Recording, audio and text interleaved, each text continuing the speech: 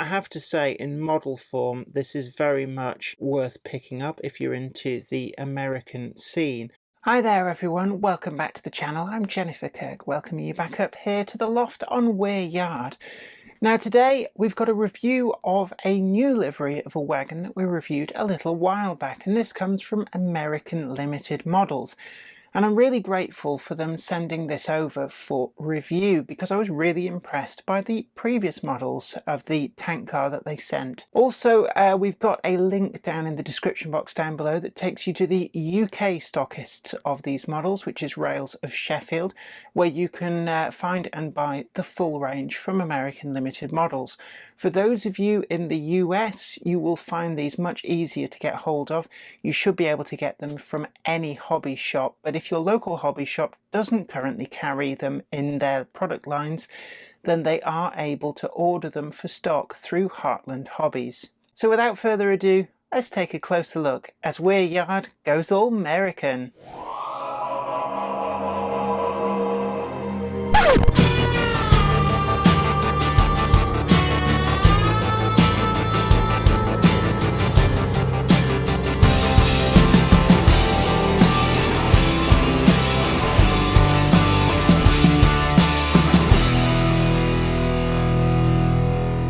I'd really like to thank American Limited Models for sending over for review another of their tank car liveries.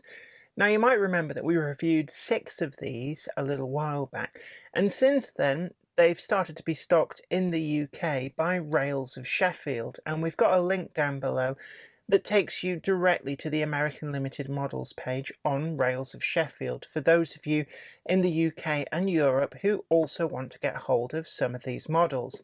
In the US, they're available from pretty much every hobby shop, and certainly if your local hobby shop doesn't stock them, then it's worth telling them that they can get them wholesale through Heartland Hobbies, who do stock them for model shops to be able to get supplies of them. It comes in exactly the same form factor box as before, and on the back we've got that lovely line drawing of the prototype with all of the measurements, and this is the GATC tank car as delivered, ATSF number 189238. And in the note that accompanied this, it said that these weren't available at the time that I did the last review, but have subsequently, small stocks of these have become available.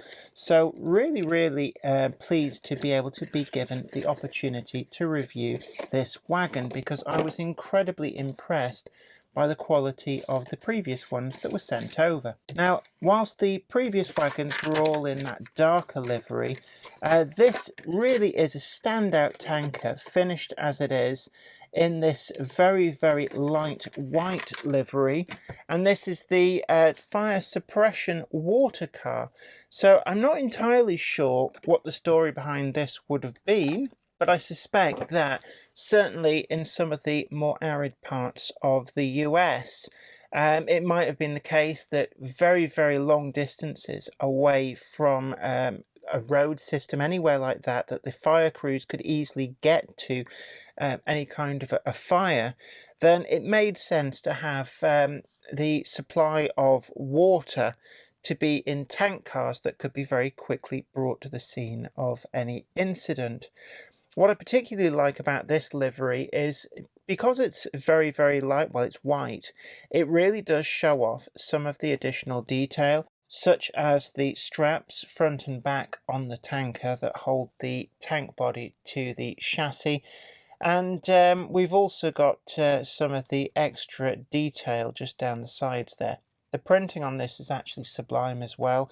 And I particularly like that rendition of the US Stars and Stripes flag on there as well.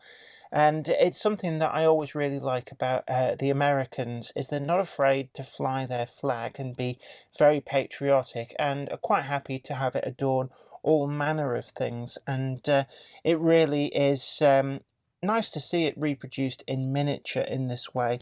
And if we get nice and close to that, we can actually see all of the stars as well. Let's not neglect the rest of the livery, and you can see perfectly legible data panels on there.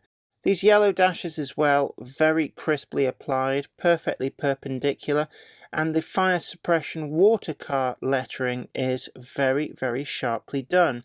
We've also got the BNSF, ATSF 189238, and some of the loading information as well. Looking to the ends, again, really nicely done, and you can see it really brings out a lot of the detail on this tank car. We've got the standard KD type couplings. I really do like these with their spring loading. They are tremendously reliable as well in operation.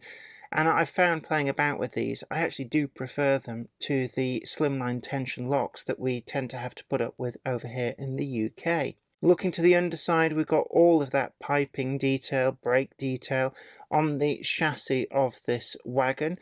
And you can tell that this is a wagon whose design goes back to the immediate post-Second World War period, because it has that separate chassis. Later tank wagons, the chassis and the tank barrel were made integral, so they didn't really have a chassis per se in the way that it's represented on this model.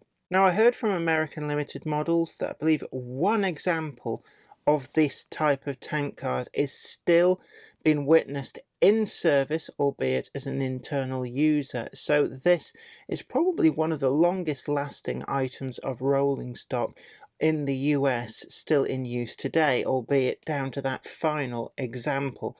Bringing in a couple of the previous releases which I reviewed, you can see the wealth of different detail variants that American Limited have been able to tool for. From the walkways that surround the tank wagon in this variety, to the more Spartan ones here where it's just got a simple rail around it. And I have to say, in model form, this is very much worth picking up if you're into the American scene. And again, I'd like to extend my thanks to American Limited for sending over this additional variety of these bogie tank cars, which I am really, really pleased to be able to add to my American outline fleet.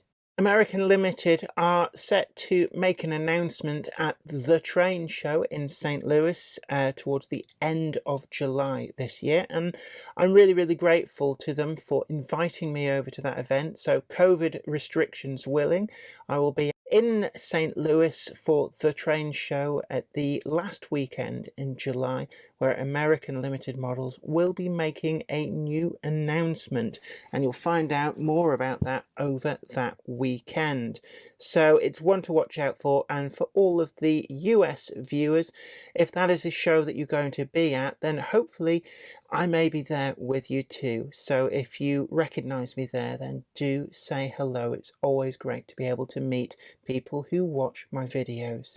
Well, I hope you found that video informative, and as I said at the beginning, don't forget you can pick up your own version of this model and others from the American Limited range through the link in the description box down below, which takes you to Rails of Sheffield, and in the US these should be widely available from any of your local hobby stores. But until next time, this is me, Jenny Kirk, saying tickle that like button and share this video too. Subscribe to the channel if you've not already done so, and click all for notifications, and you'll be the first to know about new videos as and when they go up. But until next time, you take great care of yourself. Happy modelling. Bye for now.